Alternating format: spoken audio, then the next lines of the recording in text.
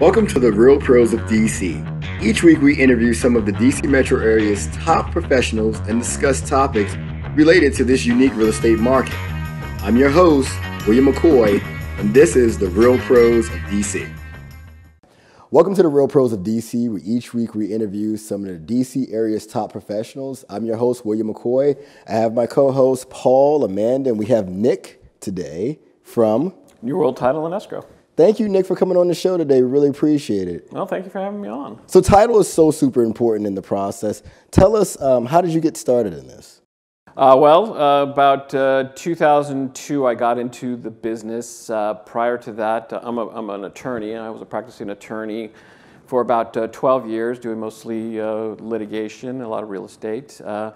And in about 2002, a law school buddy of mine who had started a title company was asking me to join up with him, and I wasn't really interested at the time. But he had asked me if I would do some settlements for him because that was a very busy time in the industry. And I agreed to do that, and I started doing settlements, and it took up more and more of my time, and I realized that it's probably a good idea to get into it. So in 2002, I joined him and into the title industry. It taught me a lot. And then I formed New World Title and Escrow, and we've been around about 16 years now. Very good. Very awesome story. So for everyone who's not in the industry, what does a settlement agent do, and kind of when do they get involved in the transaction? Well, the settlement agent is basically the middleman in a real estate transaction. You have a buyer, you have a seller, you'll have a lender. And in order to effectuate the transaction, you need somebody who everybody basically trusts to hold on to money, to hold on to title documents, make sure the transaction is effected according to the contract. So basically, the settlement agent gets involved once you have a ratified contract for the purchase of real estate, and the settlement agent at that point will go into action. They will collect earnest money deposits, typically from purchasers. They will search title, make sure that the person who's selling the property actually owns it and can convey it to the. That's important. Convey it to the purchaser. Very important. Free and clear of any mortgages. We'll collect loan funds that the purchaser is using to buy the property from the lender. We'll get instructions from the lender to how to make sure that they receive a mortgage lien on the property once they lend the money. So we're there to actually make sure that everyone is getting what they expect. The seller is going to receive the proceeds of sale, the purchaser is going to receive clear title to the property, and the lender is going to have a mortgage lien on the property so they can secure the loan that they just lent out. How long does that process normally take? It varies. If you have a purchase transaction where there is mortgage financing, that can take, on average, 30 to 45 days. Okay. If there isn't financing, I guess, if it's like it can go a lot quicker. It can go, a matter of, a week. Two weeks. A week, wow. In the busiest times when in the market, when properties are just flying off, we're able to do cash deals in a matter of days. And then from a settlement perspective, why is it faster to do it with cash versus like financing and working with a bank? Well, because the purchaser has to go through all the lender underwriting requirements. So especially in this day and age, after the mortgage meltdown in the late 2000s. We all remember that. Yeah, we all remember that. Lenders have become particularly strict and as to how they underwrite loans. So you have to provide them with a lot of verification of your income and employment and things like that. So and they check all that stuff out. So it's just a matter of taking the time to do that, and it's kind of a two-way street. They require the participation, cooperation of the borrower, and it just depends on if they get all the information that they need to make sure that the loan is underwritten and approved and ready to go to closing. Now, if you have cash, of course, that's not an issue. The purchaser just writes a check or wires the money at closing, right. and done and done. Put the paper in my hand. Yeah, money talks. That's right. Can you explain title insurance? Now, there's lender's coverage and then there's owner's coverage, and that gets very confusing for a consumer. And can you explain the importance of title insurance, both types? Sure. Well, yeah, as you said, there are two types of title insurance. There's insurance that protects you when you purchase the property, and then there's insurance that protects the lender to make sure that they're actually getting that mortgage on the property. They're first in line if, heaven forbid, the property goes into foreclosure and they have to have it sold. They want to be the first in line. But title insurance in general is there to provide security to a purchaser and the lender that they're getting what they think they're getting. So there's that old story about somebody trying to sell the Brooklyn Bridge.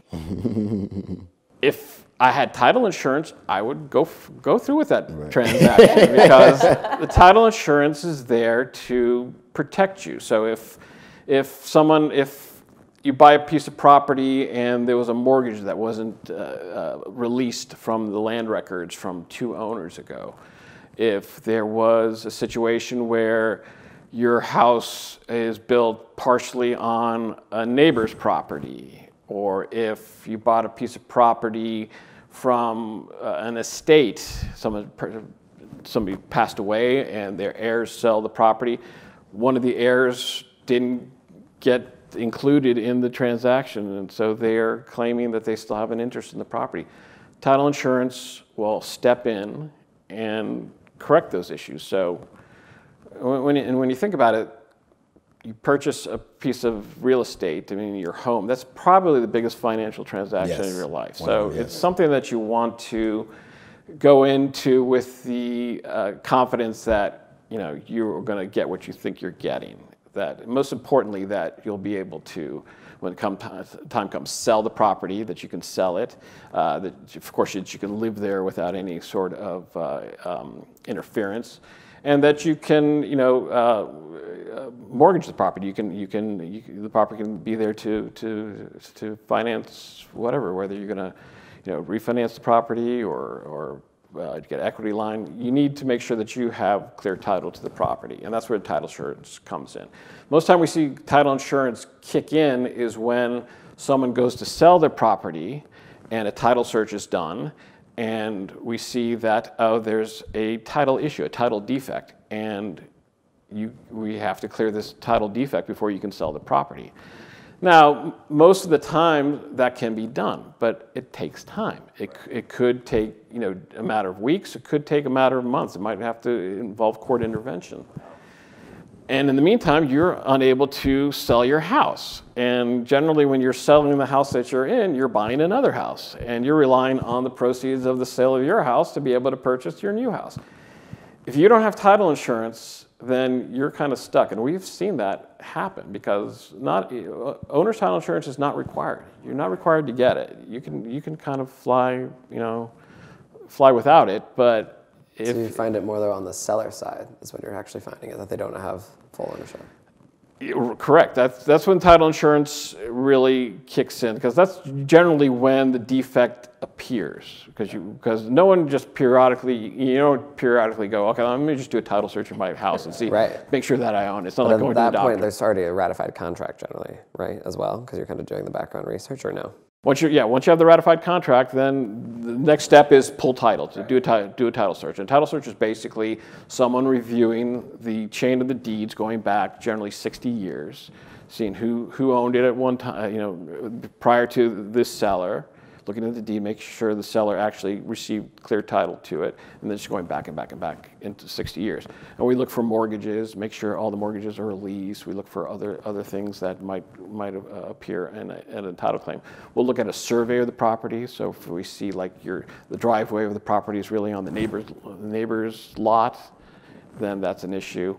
We've had situations where houses were built over the building restriction lines, because properties will have setback lines. You can't build within a certain amount of feet from the property line, and they're built over the setback line. So all these create title issues. And so title insurance can essentially cover a broad basis of things. Yes, yes. There are different levels. You can get like the basic owner's title insurance, and then title insurance underwriters also provide enhanced coverage, which will cover a multitude of other issues, and generally costs a little bit more, usually about 20% more. And the big thing about title insurance, which we try to also bring to light, is it's not a reoccurring cost. It's not like you're paying your auto insurance every 6 months. You're not paying your homeowner's insurance every year, your health insurance, whatever.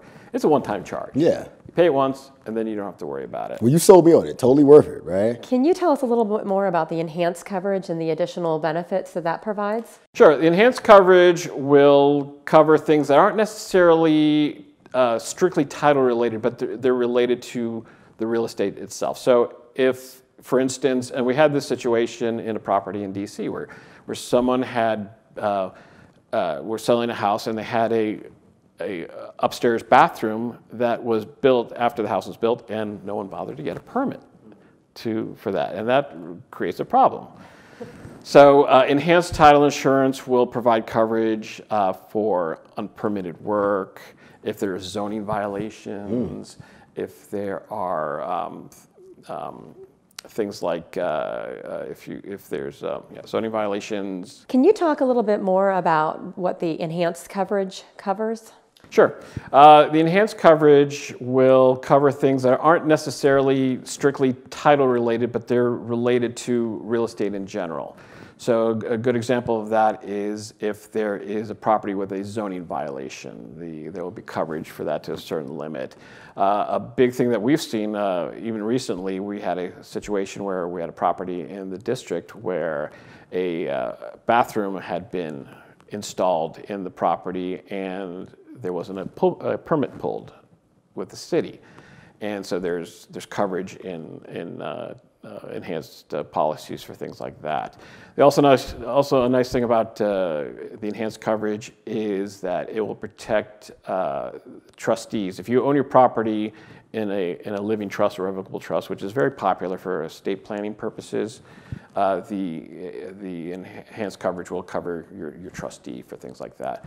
It also has a value float up. So basically, as your property appreciates in value, the title insurance coverage will appreciate with up to about 150% of the original policy amount. So there's a myriad of things. It also covers like if you build a fence on your neighbor's property, or your neighbor builds a fence on your property, if you have to remove it, it will pay for things like that. So it's well worth it, especially if you own single family detached property. And you have it forever. You have it forever, definitely. Even after you sell the property, it protects you, because when you sell property, you generally sell it with warranty of title. So you're essentially telling the person who's purchasing your property, I'm going to warrant that I'm giving you good title to that property. So if that's not true, the purchaser has rights against you. So by having your title insurance, that would protect you, because if you get involved in a lawsuit, for instance, from somebody purchased property from you, and there's a title issue that was involved, then even years later you can file a claim with your title insurer to defend you in that suit. And typically that's what will happen. Even if 3 owners later, if the title defect is determined, well, the person who owns the property at the time will sue the person who sold it to them, and then that person will sue the person who sold it to them, all the way back to the person who actually created the title defect. And in theory, that's great, but how are you supposed to find all these people? Are they alive? That's the other great thing about title insurance, and that's what people say, well, can I just go after the person who sold it to me, or go after the title company that didn't do a proper search? Well, if it's 20 or 30 years from now, who knows where these people are? Right, they still exist, right? Title insurance, title insurance companies are or billion-dollar companies that have been around for over 100 years. They're not going anywhere. So that's the beauty of title insurance. You have that go-to if there's an actual issue, and it's not going to go away. Sounds good. So I think we're pretty sold on the title insurance. I'm getting title insurance for everyone. All right, everybody gets title insurance. Never a bad move. Yeah. So something else that's very interesting and timely. We are seeing a lot of warnings about wire fraud and things like that, particularly affecting the situation with titlement and settlement. Can you elaborate on that? Tell us what's going on with that and how we can prevent it. Sure, it's a very hot button issue in the title industry now because everybody has gone to email, and a lot of this stuff is done electronically, which is great. It's streamlined the process. We don't even use fax machines anymore. Everything's communicated by email. It also opens up dangers. It opens up dangers to cyber fraudsters. So the classic example, like the cyber fraudsters. Yep, that's the term. The classic example is spoofing, email spoofing. So someone will impersonate, for instance, a title company, and direct an email to a purchaser saying, "Oh, okay, we're ready to close tomorrow on your transaction. We need your funds to purchase. Here are wiring instructions. Wire the funds to this account, and we'll be ready to go." Which is, commonly the way that it's done. Right. However, what happens is, again, someone's impersonating the settlement company. They're become aware of the transaction. They're creating like email domains that look like the domain name for the title company, but might be off by a letter. Right. And they are, essentially diverting hundreds of thousands of dollars, into their bank account. Usually, what happens is it goes to a bank account domestically, and then boom, bounces internationally, and the money's basically gone. So, how can our clients prevent that? Well, it's like verify, verify, verify. Okay. Don't accept just emails, wired instructions. Call to verify. Right. There's a lot of companies are like we have a secured client communication portal that cannot be hacked. Gotcha. And we use that exclusively for communications with our clients. Wow. So it's generally what happens with the cyber fraud is that Gmail accounts and Yahoo accounts are being hacked because they're not secured, and the fraudsters are essentially tracking the transaction. That's how they know about what's going on. What's going on that day, huh? Yeah. You told me about a funny story about an agent that was like sitting there and somebody. Yeah, I mean the fraudsters are getting really advanced in finding new ways to do things. We had a situation where we were at the settlement table, and we received an email from one of the agents in the transaction asking that their commission be wired to a particular account, which we weren't familiar with. The thing is, that agent was actually sitting at the table with us. And so that email is, again, coming from a fraudster. So, gotcha. So the moral of the story here is verify, verify, verify when it comes to your titling and settlement services. When you're talking about hundreds of thousands of dollars, potentially $1 million in transactions, yes, you definitely want to make sure that you know who you're sending money to. So Nick, tell us what differentiates you guys from the rest of them. From other title companies, we are heavily invested in technology. Okay. So, as I said, we have dedicated client portals where we can communicate with our clients, transfer documents, do e-signing, things like that. We have a way of taking earnest money deposits through mobile deposit apps. So we try to use a lot of technology just to make the whole process more streamlined. But a lot of security as well. A lot of security. Right. Provide information to the client. We really try to educate the client on the process. We want the client to be reassured and confident and at ease. And empowered, yes. So rather than just going in blindly, we want them to know what they're getting into, so they feel that a little less stress when in a normally very stressful situation of buying real estate. Well, tell our audience how to get in contact with you guys. Our number is 703-691-4330. Our website is www.newworldtitle.com. Thanks, Nick, for coming on our show.